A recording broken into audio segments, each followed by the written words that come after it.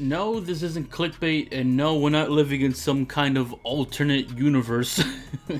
This isn't some Mandela effect type shit. It's true, Sony is acquiring Bungie for $3.6 billion. And that is, to me anyways, absolutely insane. Not even from a monetary perspective or even a exclusive perspective, because we're gonna get into that in a little bit. But it's just kind of funny. To me, it's just really funny. In the same vein that it was kind of funny when Xbox got the rights to Crash Bandicoot. However, I would also argue that this is a much smaller acquisition as anything Xbox has bought before. I think it's kind of obvious once you actually look into it a little bit. And it's not exactly a secret, but apparently the Sony acquisition, according to Bungie on their blog post, is basically saying that they're still going to basically self-publish, and Destiny and any future games of Bungie are still going to be multi-platform. And I think that wording is very important, because not too long ago I made a video specifically talking about the Xbox and Activision Blizzard acquisition. I think the wording on those specific posts about that is very different to the wording we're seeing here with Sony and Bungie. I'm going to come out with a full video as to why, in more detail, I feel the Activision Blizzard buyout is happening a little bit differently than how some people are feeling about it. But that's going to be a video for a different time. For now, we're focusing on the Sony and Bungie acquisition. And it's a big one, but due to the details that they've mentioned, it's not as big. And it's funny in the sense that, okay, look, there's a little bit of, it's a little bit funny to see PlayStation basically buy out the original developers for Halo, which is, the franchise that pretty much put Xbox on the map. So this feels like a move that just kind of looks hilarious to me. And I guess in some ways people can probably look at this acquisition as sort of like almost like a competitive middle finger to Xbox. But I think what makes this overall different is that when Xbox has acquired studios in the past, their games, or at least their future games, obviously these, acquisitions, they take time, their future games typically become exclusive to Xbox and PC, to their Xbox ecosystem, for the most part. It will also be added to, Xbox Game Pass. You end up getting those games like day one without really having to purchase full price for that game. This is a little different, because the wording, and again, I'll get into the whole Xbox Activision Blizzard thing in a future video, but the wording on that basically suggests that they are specifically wording things in such a way where they can get away with doing whatever they want for the most part in the future. While here in their blog post, Bungie pretty much confirms that they're going to remain an independent subsidiary of Sony Entertainment. Bungie is still going to be multi-platform with the option to self-publish, and that while they're going to be working on Destiny 2 and a new IP, it is also specifically mentioned that future titles will be multi-platform, which is interesting because that specific detail is not mentioned in the Xbox Activision buyout. So the mindset is very different here. At least that's what it seems to me so far. And mind you, I'm not an industry analyst. I'm just a guy who's trying to talk about some big news that I'm seeing.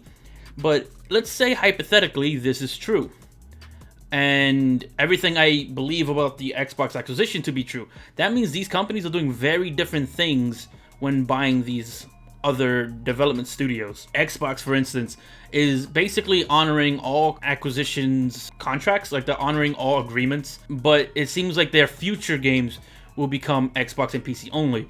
Meanwhile, over on the PlayStation camp, they are acquiring Bungie, and they are specifically detailing that future games of Bungie is still multi-platform, which is not a specific thing that Xbox has mentioned, or Phil Spencer for that matter.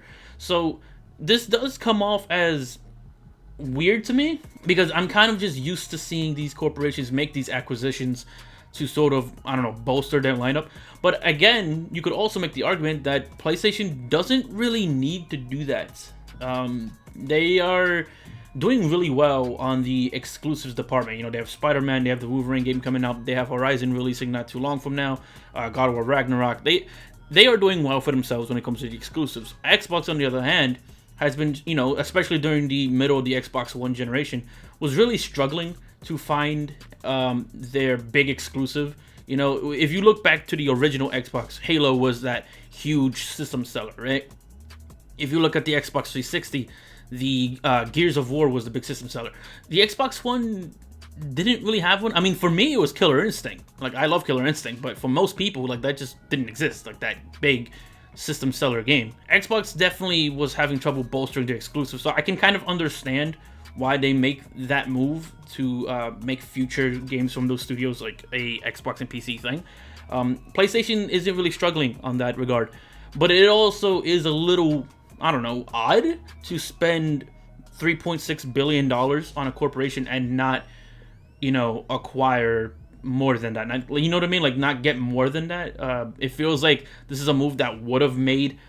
They could have easily made Destiny exclusive unless there was some fight in those in those talks where Bungie was absolutely just adamant about not being an exclusive studio and remaining with their independence. Because I remember back when they initially left Microsoft after the development of Halo Reach, they were going on and on about independence, and they wanted to be an independent studio. They ended up partnering, ironically, with Activision for a little bit with Destiny, and then they essentially bought their way out. They own Destiny. You know, it's not like Halo. Like, remember, this acquisition does not mean PlayStation suddenly owns Halo. Like, that's not how it works. Microsoft owns that IP. Bungie owns the IP for Destiny. So they could have made that an exclusive if they really wanted to. Now, mind you, similarly to the Activision buyout, like, there isn't, like, what Activision does the occasional game that I play from them.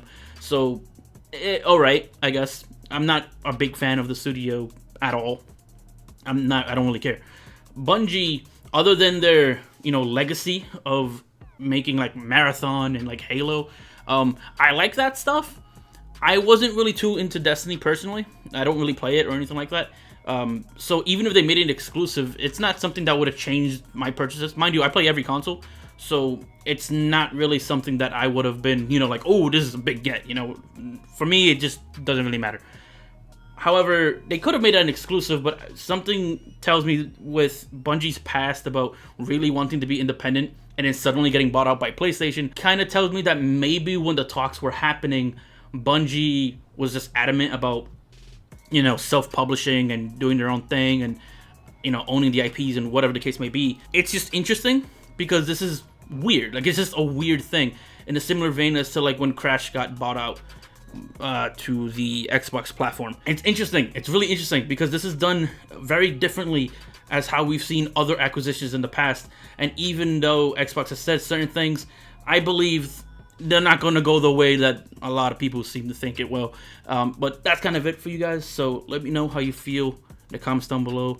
And until then, I'll see you guys in the next one. Shifty, yeah, shifty. Wanna be the #1 gamer? Come and get me. It'd be dope if you subscribe. Could you like the vid, please? Take your time, you don't gotta do it swiftly. Shifty, shifty. Wanna be the #1 gamer? Come and get me.